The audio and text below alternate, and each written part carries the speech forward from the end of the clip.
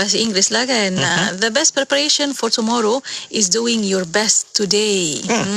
Betul. Untuk esok apa yang kita buat adalah yang kita siap sedia pada hari ini, kan? Ya, betul. Dan bagaimana urusan masa kita yang utama, sebab bila masa yang kita susun itu mengikut jadual dan juga tepati serta disiplin, ianya akan selesai dengan baik setiap urusan tugas kita. Ya, betul. Setiap orang ada 24 jam sahaja. Tak ada orang lebih, tak ada orang kurang. Tapi urusan masa kita jadi macam mana kalau kita tak buat preparation seperti yang kata-kata tadi tu kan.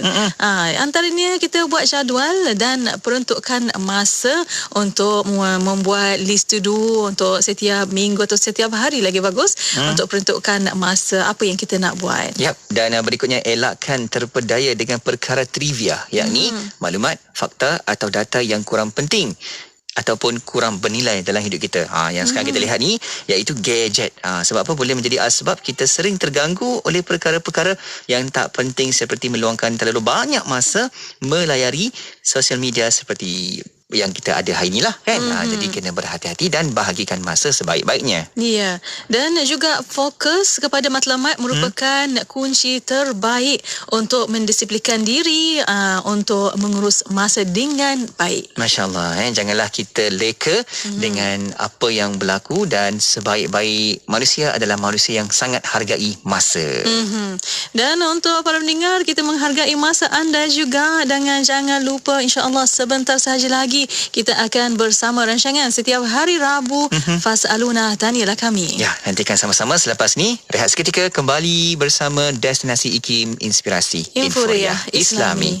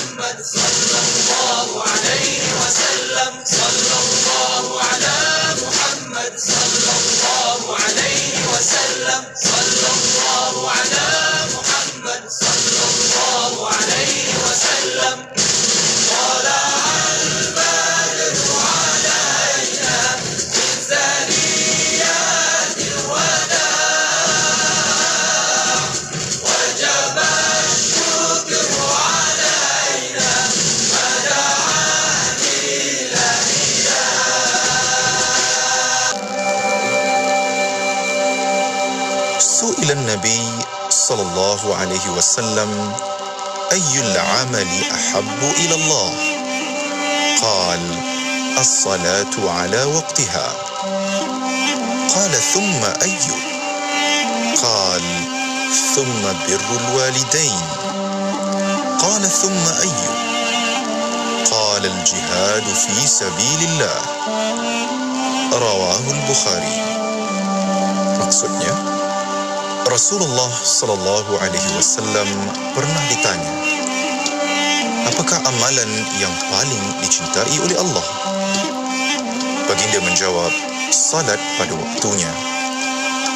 Abdullah berkata lagi, kemudian apakah lagi?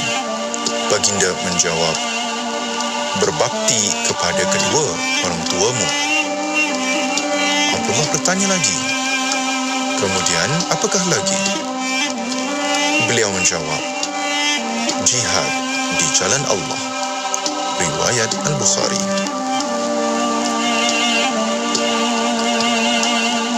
أمسينا وأمسى الملك لله والحمد لله لا إله إلا الله وحده لا شريك له له الملك وله الحمد وهو على كل شيء قدير. رب أسألك خير ما في هذه الليلة وخير ما بعدها، وأعوذ بك من شر ما في هذه الليلة وشر ما بعدها. رب أعوذ بك من الكسل وسوء الكبر. رب أعوذ بك من عذاب في النار وعذاب في القبر. Kami dan seluruh kerajaan memasuki waktu petang kerana Allah. Segala puji bagi Allah. Tiada sesembahan yang berhak disembah melainkan Allah semata. Tiada sekutu baginya. Semua kerajaan hanya miliknya dan segala pujian hanya untuknya. Dia maha berkuasa atas segala sesuatu. Wahai Tuhanku, aku memohon kebaikan yang ada di hari ini dan setelahnya. Sebaliknya aku memohon perlindungan dari keburukan yang ada di hari ini dan setelahnya. Wahai Tuhanku, aku berlindung kepadamu dari kemalasan dan buruknya umur tua. Wahai Tuhanku, aku berlindung kepadamu dari azab neraka dan azab kubur. Sime Darby Plantation mempelawa rakyat Malaysia untuk mengisi pelbagai jawatan kosong di operasi peladangan kami di seluruh negara.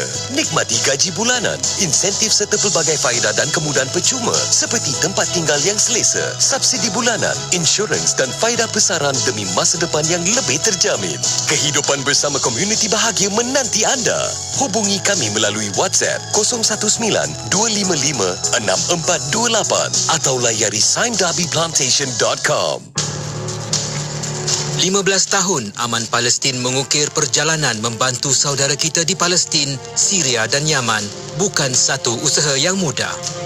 Demi menyahut sunnah perjuangan mempertahankan Palestin, ia bukan sekadar bantuan berbentuk kewangan, malah sokongan tenaga dan doa yang amat mereka perlukan di sana.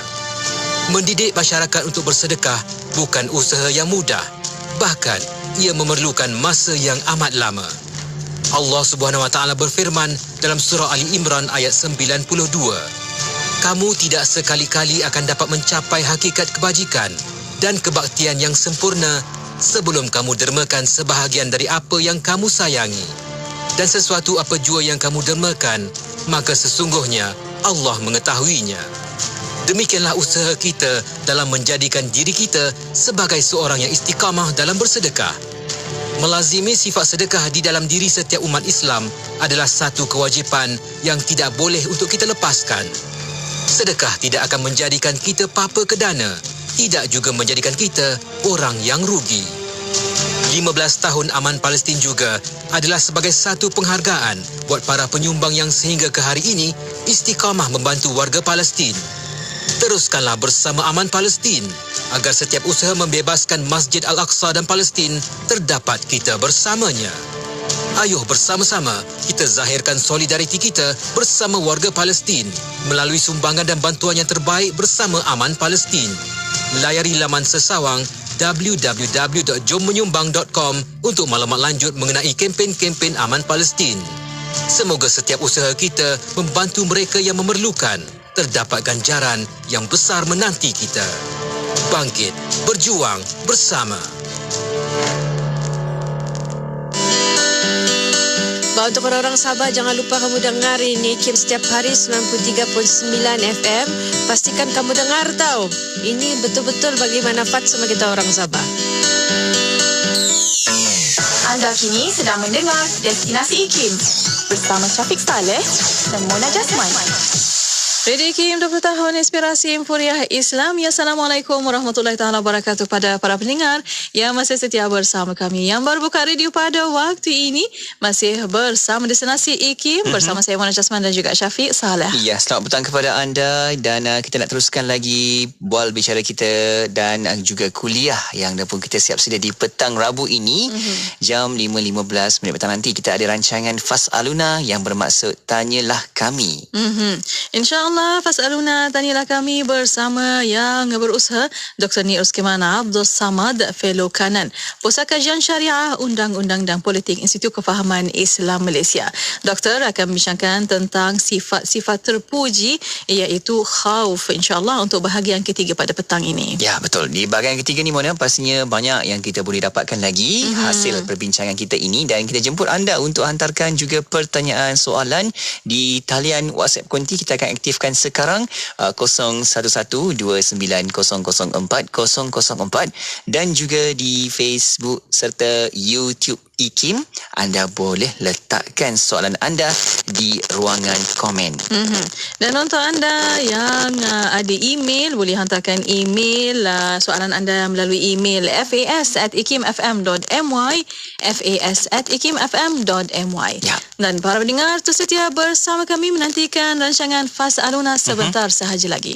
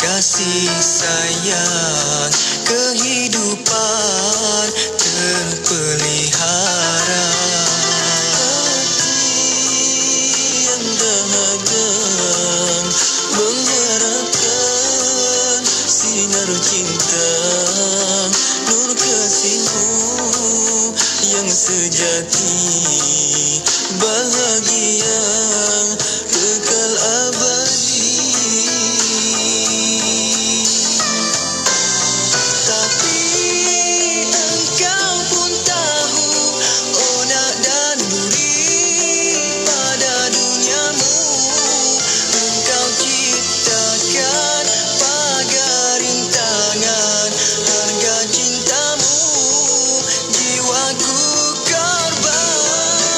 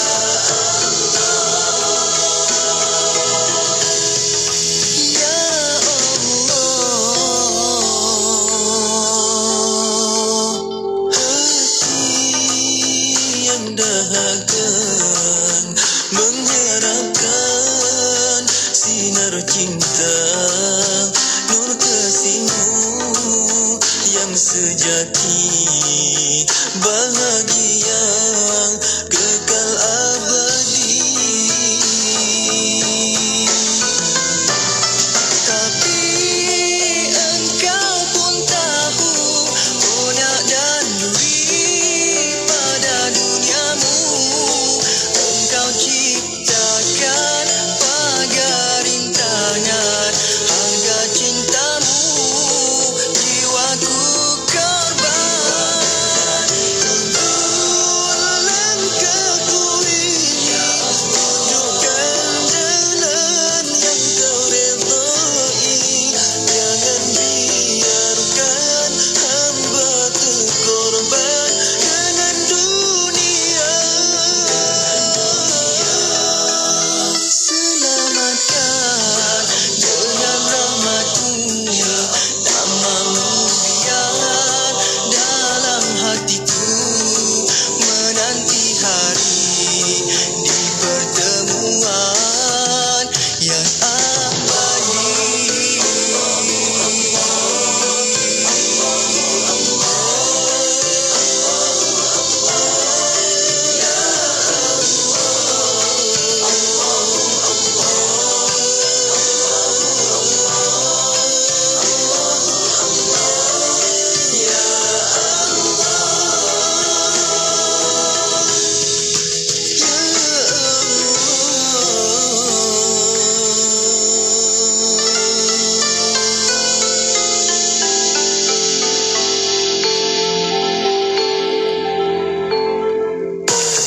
Radio IKIM membawa kepada anda lagu-lagu nasyid terbaik di Malaysia. Kita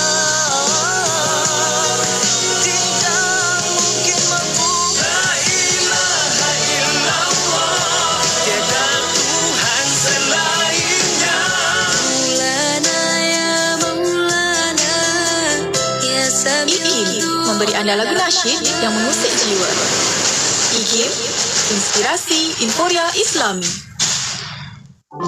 Tidak kira di mana jua, kami sentiasa bersama anda. IKIM, Inspirasi Inforia Islami.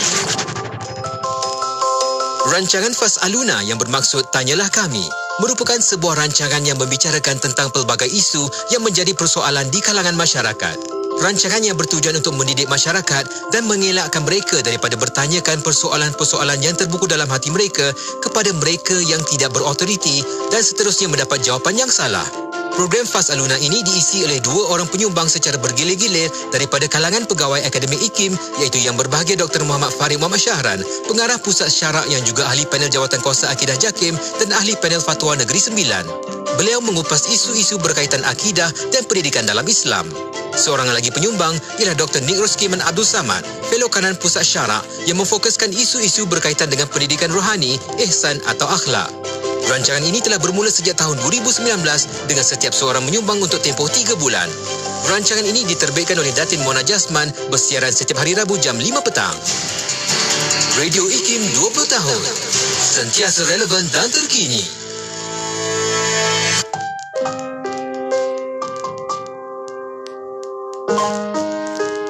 Kita lupa bahawa apabila tiba saat Allah akan menjemput kita kembali bertemu dengannya. Allah panggil kita dengan panggilan yang sangat manja. Allah kata, Ya ayyatuhan nafsul mutmainnah, wahai jiwa yang aman tenteram, irji'i ila rabbiki radiyatan mardiyah. Marilah balik, kata Allah. Baliklah kamu bertemu dengannya dalam keadaan engkau reda balik, lagi diredai. Siapa yang reda? Kita balik. Siapa yang meredai kita? Allah yang menanti.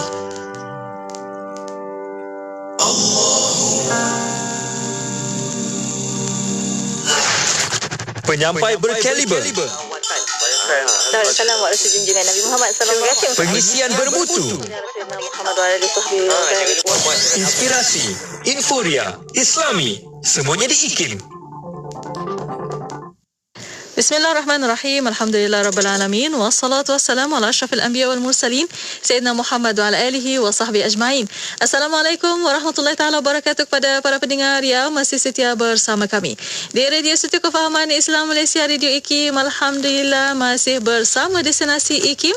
Bersama saya Mona Jasman dan juga Syafiq Saleh. Ya, selamat petang kepada anda. Kita nak teruskan lagi bicara kita menerusi rancangan Fas'aluna, Tanyalah Kami, yang mana setiap hari Rabu petang kita akan bawakan bual bicara ini bersama dengan sahabat pendengar, dan pastinya kita dah pun ada tetamu yang bersedia di talian kita. Ya, Alhamdulillah untuk petang ini kita akan bersama yang berusaha Dr. Ni Ruskiman Abdul Samad, Fellow Kanan Pusat Kajian Syariah Undang-Undang dan Politik Institut Kefahaman Islam Malaysia. Assalamualaikum Doktor. Waalaikumsalam warahmatullahi wabarakatuh. Alhamdulillah. Syukur. Baik-baik aja. Alhamdulillah. Terima kasih doktor atas kesediaan di hari ini untuk dapat lagi kita nak teruskan sesi kuliah kita doktor. Dan pastinya kita nak jemput rakan-rakan pendengar, sahabat penonton ke Facebook Live di Facebook lah, okay? Dan juga di YouTube IKIM. Sebab pada situ kita boleh sama-sama berinteraksi. Yang paling kita rasa begitu dekat rapat bersama dengan sahabat pendengar, rakan-rakan penonton. Kita boleh sama-sama ajukan soalan dan juga pertanyaan. Ya, boleh hantarkan soalan anda melalui WhatsApp konti 0112900404 dan juga boleh tinggalkan soalan anda di FB Live IKIM FM dan juga di YouTube IKIM Media. Ya, dan hari ini kita nak sambung lagi sifat terpuji. Fokus kita adalah sifat khauf. Okey. Kita akan sama-sama bincangkan dan mungkin kita nak buka dengan soalan. Mana? Ya, insya-Allah. Dan untuk para pendengar, ada soalan dari minggu lepas ya doktor. Untuk kita bawa untuk minggu ini bertanya, adakah boleh kita sentiasa berfikir bahawa kita layak sebagai ahli neraka kerana dosa-dosa lampau yang terlalu banyak? Katanya contohnya dosa yang tergantung seperti berdosa dengan ibu bapa, manusia lain dan sebagainya yang telah meninggal dunia. Dan kerana walaupun sudah taubat nasuha dan tidak mahu berbuat lagi, rasanya tidak layak untuk fikir sebagai bakal ahli syurga. Lebih-lebih lagi sekarang pun masih ada melakukan dosa secara sedar atau tidak. Jadi mungkin tahu apakah cara terbaik untuk kita berfikir dengan cara yang sepatutnya dalam Islam dalam situasi seperti ini. Bagaimana doktor? Silakan doktor. Bismillahirrahmanirrahim. Assalamualaikum warahmatullahi wabarakatuh. Assalamualaikum. Para pendengar, penerbit Muhammad Jasman dan Syafiq, alhamdulillah ketemu lagi pada hari ini dalam program Fas'aluna, dan kita bicarakan buku Nawar Bagi Hati karangan Syekh Abdul Qadir Al-Mandili, dan saya merujuk kepada kitab Qalbun Salim yang di tahqiq ataupun yang disusun oleh Al-Fadhil Ustaz Hadir Jujul yang mensyarahkan Qalbun Salim. Berbalik kepada soalan, adakah boleh kita merasakan diri kita takut berdosa? Satu soalan, kerana kita punya dosa-dosa yang lampau. Yang kedua, tentang bagaimana dosa kita dengan orang yang telah meninggal dunia, bapa kita. Baik, tentang perasaan kita takut pada dosa-dosa kita yang lampau, itu satu perasaan yang baik, tetapi jangan sehingga dia menjadikan melemah semangat kita. Pertama, kita kena berkeyakinan bahawasanya apabila kita bertaubat, apabila kita telah bertaubat daripada dosa-dosa kita dengan syarat-syaratnya, kita kena ingat baliklah syarat-syarat taubat yang kita belajar tu. Ada 3 syarat taubat dan campur 4 kalau melibatkan orang lain. Dia punya 4 perkara: menyesal, tidak buat lagi, tidak ulangi, dan meninggalkan benda itu kan. Jadi itu antara 3 syarat. Kalau melibatkan orang lain, kita kena minta maaf. Dan kalau kita dah bertaubat dengan sebenar-benar taubat, maka kita boleh merasakan diri kita ni positif bahawasanya Allah SWT menerima taubat kita. Tapi tidaklah bermakna kita boleh buat taubat baru, dosa baru, tidak. Tetapi itu adalah suatu perasaan memotivasikan kita. Sebab itulah perasaan khauf ini biasanya digabungkan ataupun disalingkan juga dengan perasaan raja. Raja ialah suatu perasaan mengharap. Kalau khauf ini kita perasaan takut, maka raja ialah perasaan mengharap. Kita takut bahawasanya Allah SWT akan mengazab kita kerana dosa-dosa kita yang lampau sekiranya Allah SWT tidak mengampunkan dosa kita. Tetapi dalam masa yang sama kita mengharapkan Allah SWT mengampunkan dosa kita. Jadi ini diibaratkan seperti burung dengan dua sayap. Dia kena ada dua-dua itu, barulah hidup kita harmoni dan stabil. Kalau kita tidak ada harapan, kita takut saja, kita merasa takut bahawasanya kita telah melakukan dosa yang banyak, ampunkanlah dosa kita, Allah Ta'ala ni tak ampun dosa kita, kita akan jadi stres, depres, ketakutan, dan kita akan jadi orang yang tertekan dalam hidup. Jadi kita kena ada raja, kita ada perasaan bahawa Allah SWT akan mengampunkan dosa kita, mengharapkan bahawasanya Allah SWT mengampunkan dosa kita. Dan harapan ini adalah suatu harapan yang murni, bukan harapan yang kita kata harapan yang kosong-kosong. Kita kata angan-angan mak jening. Tapi kita harapan yang positif, harapan yang diusahakan ataupun harapan yang digabungkan dengan usaha. Kita mengharapkan Allah SWT menerima taubat kita, maka kita kena taubat dengan sepenuhnya taubat, dan kita kena meninggalkan maksiat yang kita lakukan itu dan melaksanakan kewajipan yang diperintahkan, dan kita berusaha untuk menggandakan amalan-amalan soleh yang sebelum ini kita buat. Itu maknanya harapan yang disertai dengan usaha. Kalau orang yang berangan-angan tanpa disertai dengan usaha, itu bukan dinamakan harapan. Ada orang dia mengharapkan masuk syurga tetapi dia tidak beramal. Tak betul. Itu yang dikatakan dalam satu hadis, al-kayyisu man dana nafsahu wa alima bima wa amila bima orang yang beriman itu ialah orang yang beramal dengan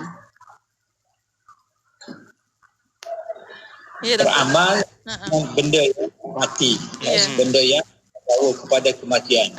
Ya, betul. Al-ajizu, orang yang ajiz, orang yang lemah, orang yang bodoh, ialah orang yang mengharapkan syurga Allah Ta'ala tetapi dia tidak beramal. Jadi kita jangan mengharapkan dalam konteks begitu. Kita mengharapkan kepada Allah SWT dalam konteks kita beramal dan disusuli dengan amalan-amalan. Wallahualam. Baik, itu dia amalan yang kita laksanakan ini adalah yang sangat penting supaya kita susunkan amalan itu mengikut situasi dan juga perancangan untuk membawakan kita ke arah yang lebih baik pada masa akan datang. Sebab sekarang ni yang kita kena semai kan, Mona? Dan di akhirat kita akan tunaikan kebaikan tersebut. Moga-moga Allah kurniakan ganjaran pahala buat kita, insya-Allah. InsyaAllah, amin. Dan untuk waktu ini kita akan berehat seketika. Kita akan kembali selepas ini untuk anda. Terus setia bersama kami di Senasi IKIM Inspirasi Inforia Islami. Allahumma arhamna bil Quran waj'alhu lana imaman wa nuran wa hudan wa rahmah. Allahumma dhakkirna minhu ma nasina wa'allimna minhu ma jahilna warzuqna tilawatahu ana al-layli wa atrafan nahar waj'alhu lana hujjatan. Ya Allah, rahmati kami dengan Al-Quran, jadikan ia pimpinan cahaya, petunjuk dan rahmat. Allah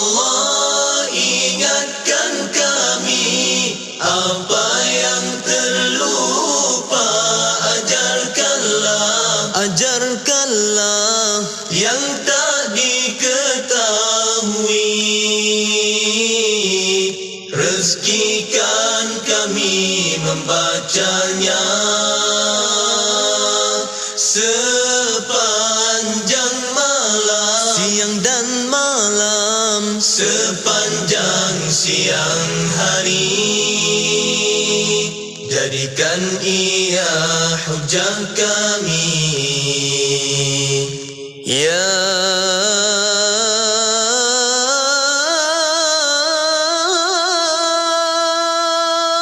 Rabb, ya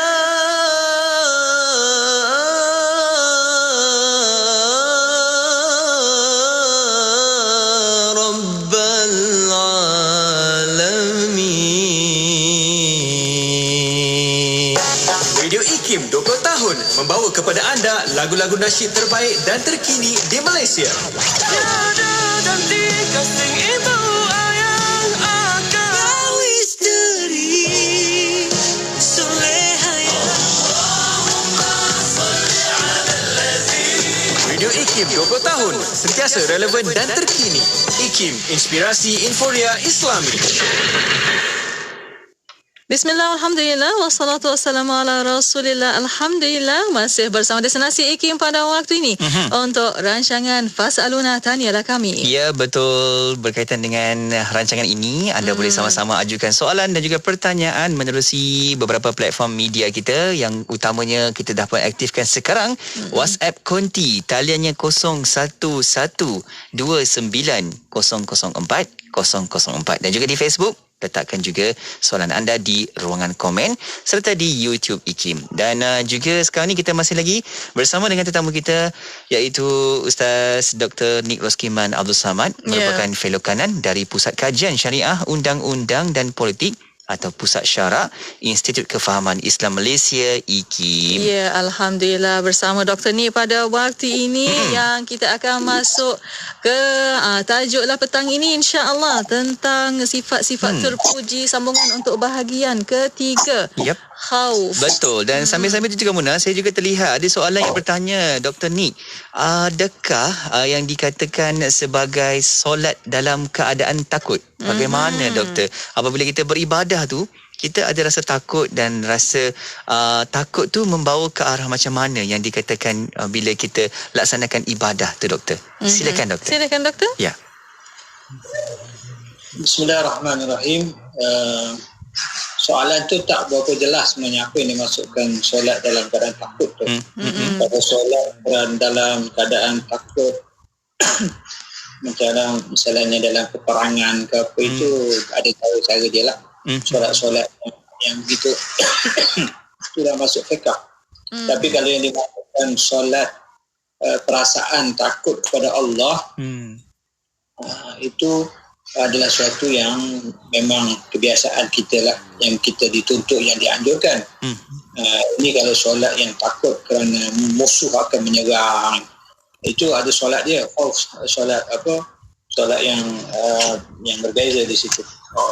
Yang dalam peperangan kan kita takut musuh serang kita, dia ada cara-cara dia. Tapi yang mungkin kalau yang dimaksudkan itu menimbulkan perasaan takut ketika solat, itu memang sepatutnya kita ada perasaan begitulah. Bila kita solat, kita rasa kita sedang menghadap Allah SWT, Raja yang memiliki segala kekuasaan, Allah SWT, Tuhan yang kita akan berhadapan dengannya di hari akhirat kelak. Jadi itu semua perasaan yang boleh menggerunkan kita menghadap Allah SWT ketika solat. Jadi benda itu suatu yang kalau kita boleh datangkan perasaan takut ketika solat, itu satu yang baik. Sebab itu kita lihat bagaimana orang-orang yang baca Quran, imam-imam baca Quran, Imam Masjidil Haram contohnya, bila sampai kepada ayat-ayat Al-Quran yang menyebut tentang azab neraka, menangis dia, teresak-esak menangis. Sebab dia takut kepada Allah, takut dimasukkan ke dalam neraka, na'udzubillah min dzalik. Tapi kita kadang orang kita yang tak tahu mungkin salah faham dengan ayat-ayat yang mungkin ayat-ayat yang menceritakan tentang kenikmatan syurga dan sebagainya. ayat-ayat begitu tidaklah meminta supaya kita rasa takut, tapi meminta kita merasa gairah untuk terus beribadah, supaya dengan itu kita menjadi ahli syurga yang dijanjikan dengan nikmat-nikmat yang disebutkan dalam ayat Al-Quran.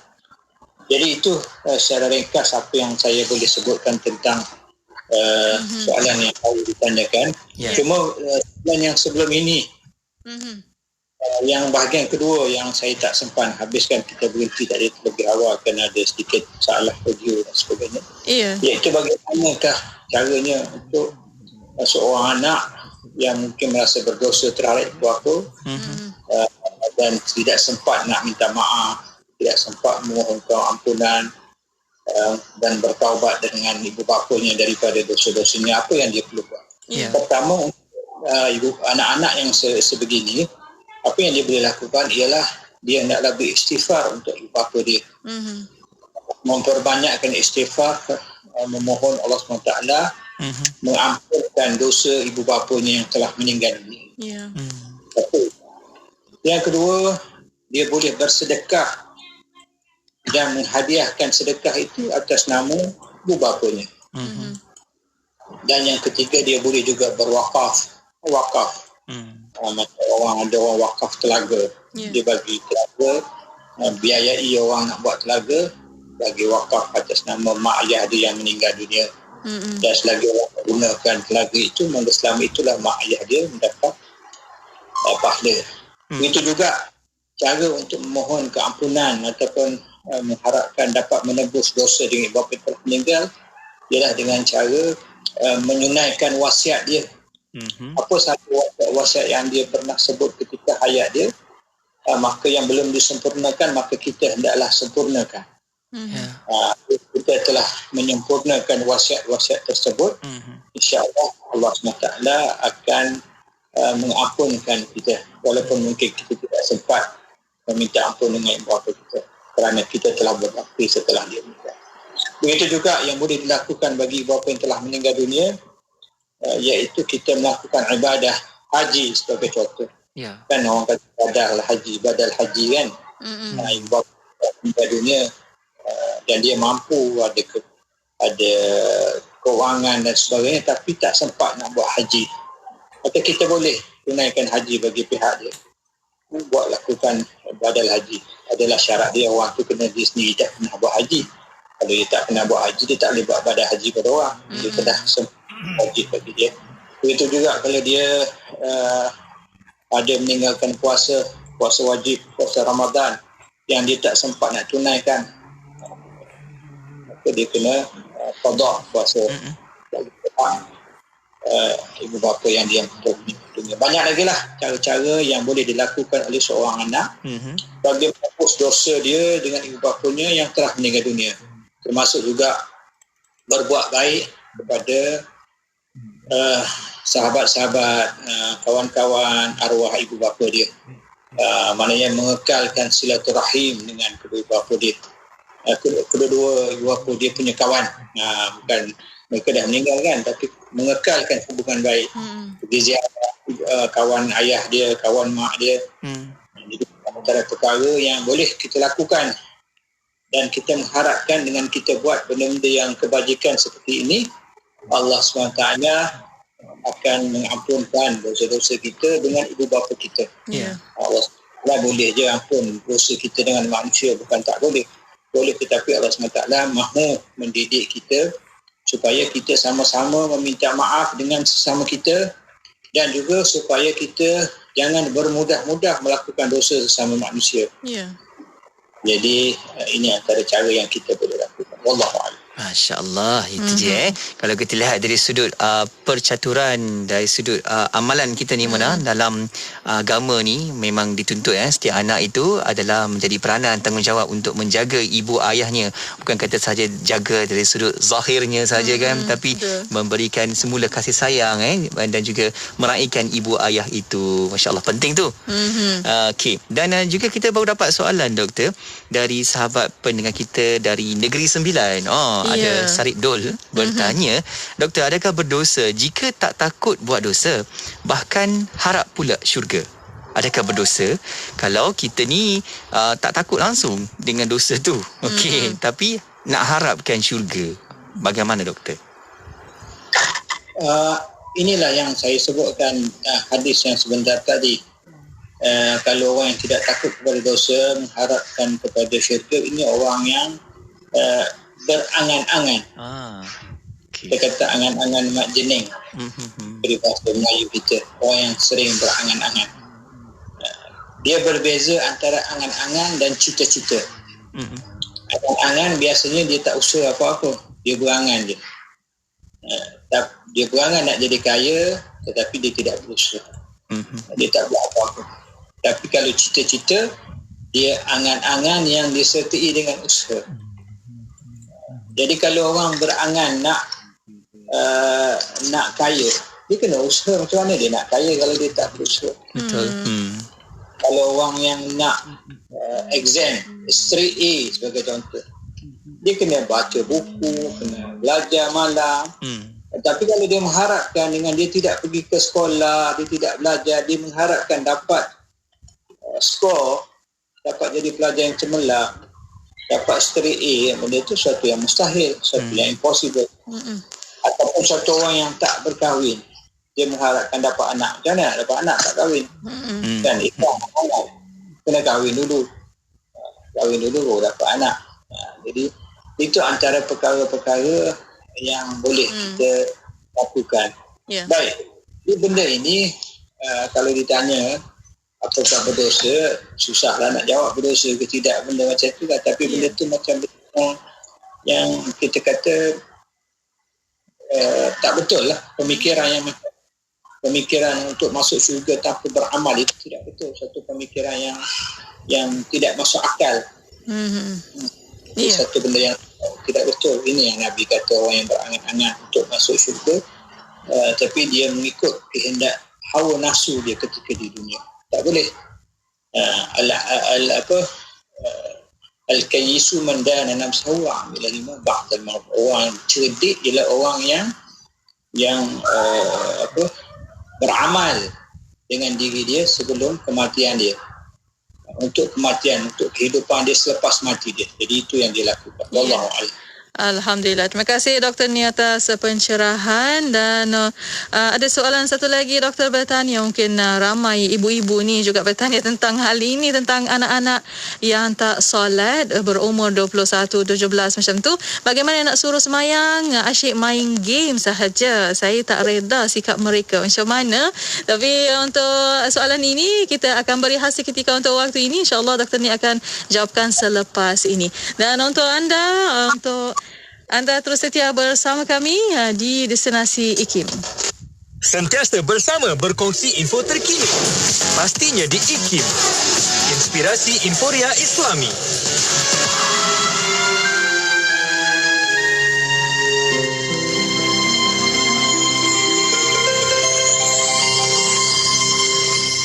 Sayugialah hendaknya setiap mukmin bersungguh-sungguh memuliakan segala tempat peninggalan yang mulia dan kesan-kesan yang ditinggalkan oleh baginda Nabi sallallahu alaihi wasallam.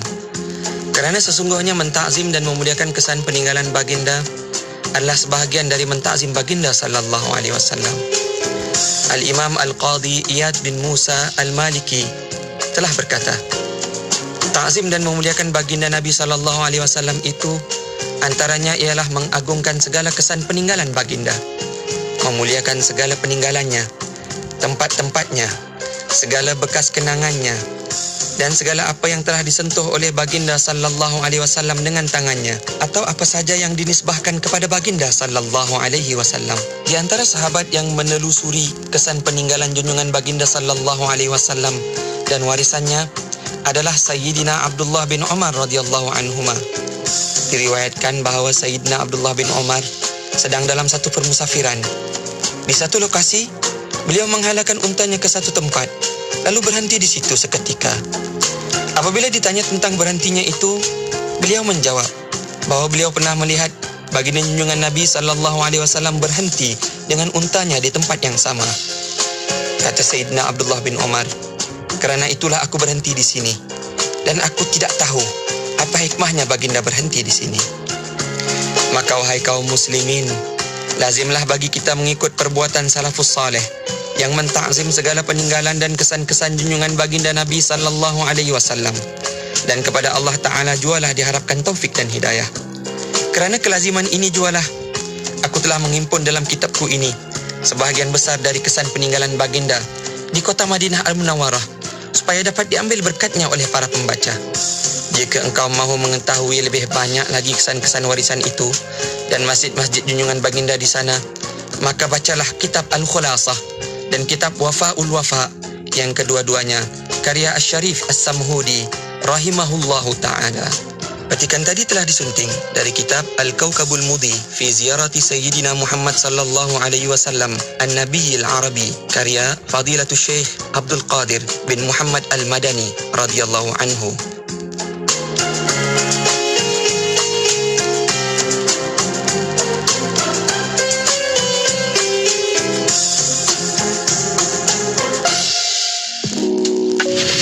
IKIM 20 tahun sentiasa memberi anda pengisian yang relevan dan terkini di Warna Pagi bersama Pian dan Hazwan setiap Isnin hingga Jumaat 6 hingga 10 pagi. Tentang sabar dan redha. Terdapat juga lagu-lagu nasyid yang terbaik dan terkini.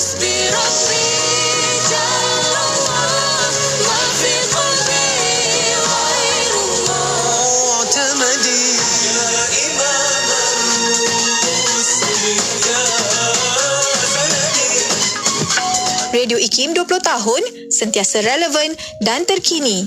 IKIM, inspirasi Inforia Islami.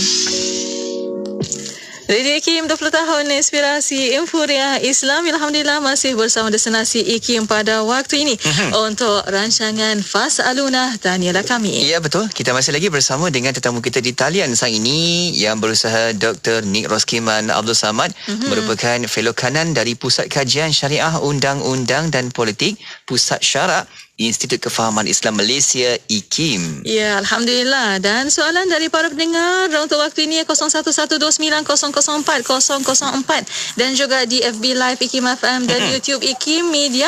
Ada yang bertanya, doktor, tentang anak-anak yang selalu main game, tak ingat masa, tak ingat makan, tak ingat tidur pun. Aduh. Dan tak ingat solat. Bagaimana nak tegur? Ya. Silakan doktor. Baik. Soalan tadi, anak saya berumur 17-21 tahun, semayang. Saya nak tanya dulu yang pertama sekali, masa kecil suruh semayang tak? Itu soalan itu. Sebab Nabi SAW bersabda, muru auladakum bis salah wa hum abna 7 sinin wadribuhum 'alaiha wa hum abna 10. Itu hadis Nabi SAW. Perintahlah anak-anak kamu mendirikan solat ketika berumur 7 tahun, dan rotanlah, pukullah mereka jika mereka tidak solat juga ketika mereka berumur 10 tahun. Jadi ini tanggungjawab kita sebagai ibu bapa. Perkara yang pertama sekali yang kita kena buat kepada anak-anak kita ialah suruh dia, perintahkan dia solat ketika dia kecil. Tak perlu 7 tahun pun. Masa sebelum 7 tahun pun kita dah boleh suruh. Boleh suruh, tapi dia tak solat tak ada masalah. Itu didikan. Dia masih kecil, mungkin dia tak badai, tak faham lagi, tak kerti lagi. Tapi suruh, ajak dia. Tapi sehingga dia umur 10 tahun, kalau dia tak semayang juga, maka kita rotan. Jadi budak umur 7 tahun dengan 10 tahun ni boleh rotan. Buat dia kecil. Tapi budak umur 21 tahun ataupun 17 tahun, tak boleh. Kalau kena badan sudah sadur macam Syafiq tu, Allah. tak boleh buat apa. Sadur kat pipi. Tak boleh nak rotan dah. Marah apa marah. Habis macam tu. Jadi kalau anak kecil, daripada kecil lagi kita sudah didik dia supaya dia solat, insya-Allah dia akan membesar dalam keadaan dia solat. Baik. Katakanlah kita dah suruh dia solat, macam kes puan ni, insya-Allah masa kecil dah suruh dia solat. Dari itu dia solat kan. Tapi tiba-tiba besar dia tak solat juga. Dari hukumnya kita ibu bapa sudah terlepas hukum mendidik anak itu. Maksudnya kita dah tak berdosa berapa, sebab daripada kecil lagi kita dah didik dia sembahyang. Sembahyang dan dia dah sembahyang pun masa kecil. Kemudian dia dah dewasa, duduk sendiri ke apa ke semua, dia dah tak sembahyang tadi. Dari segi dosa kita tak dosa. Sebab pendidikan kita dah bagi dia masa kecil. Dan dari segi yang dia buat, yang dia tak sembahyang dan sebagainya itu, kita ada perasaan reda seperti mana yang Puan cakap, kita tak reda maksudnya. Itu sudah cukup. Tapi suruh dia sembahyang itu kena suruh lah.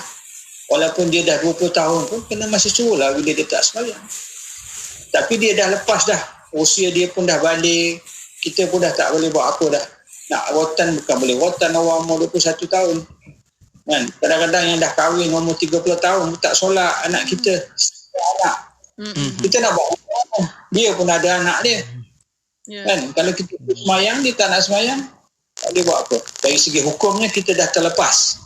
Tetapi tidak bermakna kita boleh membiarkan begitu. Anak kita sayang. Kita tak nanti dia diazab di hari akhirat. Jadi kita kena didik dia. Kita kena ajak dia sembahyang. Ibu masa sembahyang, kita ajak dia sembahyang. Mari nak sembahyang dengan Nabi, dengan ayah. Mari kita sembahyang. Suruh dia jadi imam. Kalau macam mak lebih senang. Mari nak jadi imam ni. Mak nak sembahyang Jumaat ni kat rumah. Tak ada orang jadi imam. Kau lah tolong jadi imam. Abang Alung lah tolong jadi imam. Ayah ke masjid. Ayah tak ada contoh. Jadi didik dia dengan membawa dia, mengajak dia sama-sama bersemayang. Kita jangan suruh saja. Suruh-suruh mungkin tak jalan. Ajak dia sekali. Buat bersama-sama dengan dia. Jadi kalau orang tu dah dewasa, kerja, usaha nak mendidik, nak menyuruh sembahyang tu lagi susah. Berbanding dengan budak-budak. Budak-budak ni senang nak didik, sebab tu Nabi SAW suruh didik masa anak-anak kita kecil. Kalau dia dah besar, kita kena pujuk dia, kena main psikologi dengan dia, kena pandailah apa yang dia suka tu, kita kena cuba buatkan dia. Abang Long ni sedap lah baca Quran, marilah sembahyang jadi imam. Masa kecil, apa-apalah psikologi ke apa ke kita cuba mainkan. Ataupun bawa anak bawa jiran sebelah dan sebagainya lah, ajak datang dan sebagainya, pandai-pandai lah itu. Jadi saya rasa itulah antara beberapa perkara yang boleh kita buat.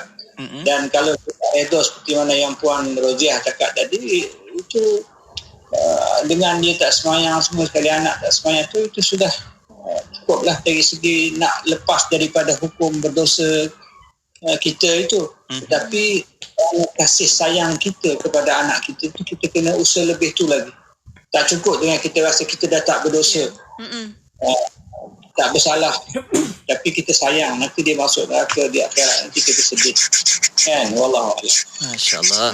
Kan, kalau ikutkan apa yang doktor pesankan dan maklumkan tadi, betapa penting supaya kita sama-sama untuk memberikan kefahaman buat anak-anak supaya ada sifat khauf itu dari kecil lagi, kan?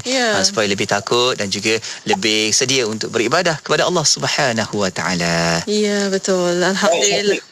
Habis bab ini ya. Silakan doktor. Masuk dalam saya ingat 2-3 minit saya lagi. Silakan. Ini yang pertama saya nak sebutkan di sini, iaitu perbezaan antara harap tamani dengan raja. Harap dan juga dengan angan-angan. Angan-angan ni kita dah sebut tadi, orang yang harap ialah dia akan berusaha dengan apa sahaja cara untuk mendapatkan hasil dia. Itu orang yang mengharap, orang yang bercita-cita. Orang yang bercita-cita, bukan orang yang berangan-angan. Orang membajak sawah, kalau dia nak padi, dia bajak sawah, dia tanam padi, dia dapatlah hasil padi. Orang yang nak exam, dia dapat. Orang yang nak syurga, dia amal ibadat, insya-Allah. Itu orang yang dan cita-cita dan angan-angan ialah orang yang harapkan sahaja, tapi dia tak buat apa-apa, dia tak ada usaha. Dia nak makan, dia nak padi, dia tak ada usaha apa, tak tanam padi. Dia nak kahwin tak ada apa, dia nak anak tak kahwin, dia nak sekolah, nak belajar dia tak sekolah. Jadi ini antara perkara yang kita kena faham. Jadi kita jangan tergolong di kalangan orang yang berangan nak masuk syurga. Tapi kita kena tergolong di kalangan orang yang berharap dan bercita-cita untuk masuk syurga. Amin. Dengan itu kita berusaha untuk menjadi ahli syurga ketika di dunia ini. Ya. Dan kebaikan perasaan takut ini ialah dia akan memberi kita motivasi untuk kita beramal. Ini kebaikan dia. Orang yang takut kepada Allah, dia akan termotivasi untuk beramal supaya dia selamat daripada ancaman Allah Ta'ala. Dan orang yang kebaikan orang yang ada perasaan takut kepada Allah Ta'ala ini juga, dia menjadi benteng pada diri dia daripada dia melakukan maksiat. Dan banyak lagi lah Syafiq kalau kita nak buat secara terperinci tentang kebaikan-kebaikan perasaan ataupun sifat takut ini, khauf ini dalam diri seorang hamba Allah. Dan sifat khauf inilah yang kita ingin tanamkan dalam hati kita. Kita ingin pupuk, kita ingin baja, kita ingin jadikan diri kita ini orang yang hamba Allah yang takut, orang yang hamba Allah yang takut kepada Allah SWT.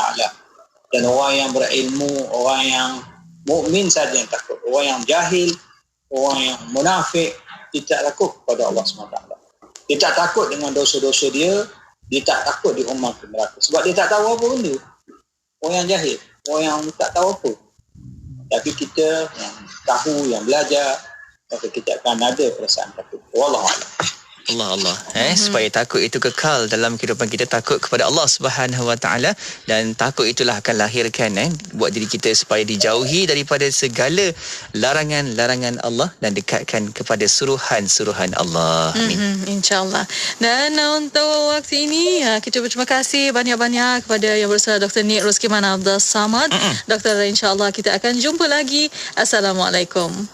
Waalaikumsalam warahmatullahi ta'ala wabarakatuh. Alhamdulillah. Terima kasih kepada anda yang juga tonton di Facebook Live IKIM FM dan juga di YouTube IKIM. Kalau ada yang terlepas mendengar dan juga ikuti bicara kita ini, boleh saja tonton semula di Facebook Live dan juga di YouTube IKIM. Ya, betul. Dan untuk anda yang terlepas juga ada bersoalan, boleh hantarkan melalui email rancangan Fasaluna fas@ikimfm.my fas@ikimfm.my. Dan untuk anda terus setia bersama kami. Destinasi IKIM, inspirasi Infuriah Islami.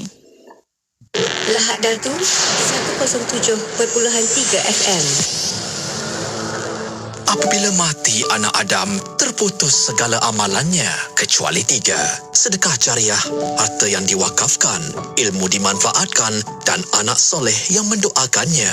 Wakafkan unit amanah ASB anda dengan wakaf ASNB. Diuruskan sepenuhnya oleh ASNB dengan iktiraf Majlis Agama Islam Wilayah Persekutuan MAWIP. Gabungan konsep pelaburan dan wakaf. Sumbangan wakaf kita berterusan walaupun selepas kita tiada. Info asnb.com.my. Saya mengesyorkan rakyat kita, khususnya majoriti penduduk Malaysia, mengambil tanggungjawab sendiri untuk menentukan arah negara serta nasib bangsa sendiri. Dalam pemilihan negara dan kerajaan, rakyat mempunyai kuasa yang amat tinggi dan penuh himah untuk menentukan kebahagiaan negara. Negara kita memerlukan rakyat yang bertanggungjawab kepada negara. Terima kasih kepada anda yang menjadikan IKIM Radio Islami nombor 1 Malaysia. Radio IKIM kini menyambut ulang tahun ke-20 kerana kesetiaan dan sokongan anda.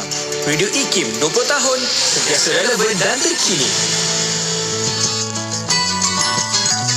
Siapakah dia insan yang paling mulia dibandingkan dengan para anbiya dan para rasul?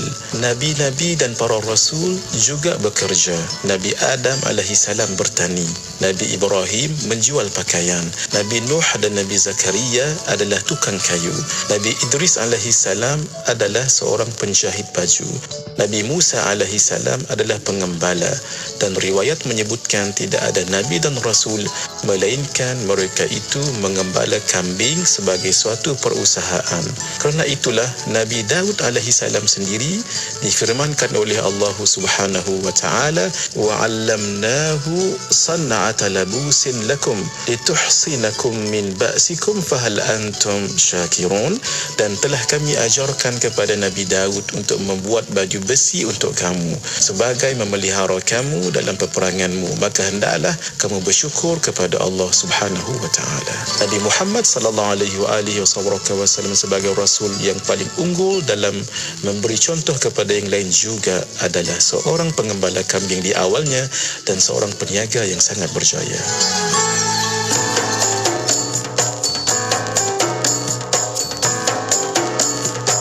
Ya Nabi salamun alaika, Ya Rasul salamun alaika, Ya Habib salamun alaika, salawatullahi alaika, Ya Nabi salamun alaika, Ya Rasul salamun alaika, Ya Habib salamun alaika, salawatullahi alaika. Ashraqal badru alaina fahtafat minhu al-budur mithla husnik ma ra'ayna qattu ya wajha as-surur. Anta syamsun anta badrun anta nurun fawqa nuri, anta iksirun wa ghali anta misbahus suduri.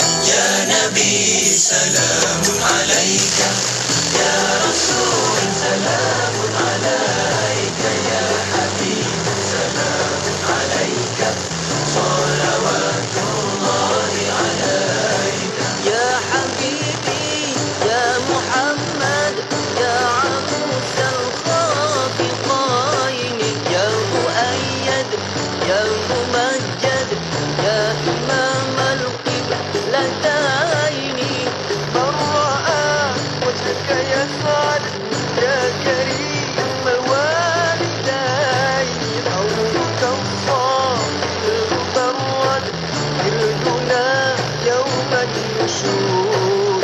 Ya Nabi salamun alaika, Ya Rasul salamun alaika, Ya Habib salamun alaika, salawatullahi alaika. Wa ra'ayna al-Isa hannat bis-sura illa ilaika, wal ghamama qad azallat wal mala sallu alaika. Alimus sirri wa akhfa mustajibu ad-da'wat, Rabbi farhamna jami'a bi jami'i as-salihat. Ya Nabi salam Ya Nabi Allah, Ya Rasul salam Ya Syafi' Allah, Ya Habib salam alaika, salawatullahi alaika, Ya Nabi salam alaika, Ya Rasul salam alaika, Ya Habib salam alaika, salawatullahi alaika. Hiburan mendidik jiwa hanya yang terbaik di IKIM, Inspirasi Emporia Islami. Pengumuman azan maghrib ini dibawakan khas oleh Yayasan Izi Prihatin. Sayangi saudara kita seperti mana kita menyayangi diri sendiri. Kongsi rezeki dengan mereka yang memerlukan.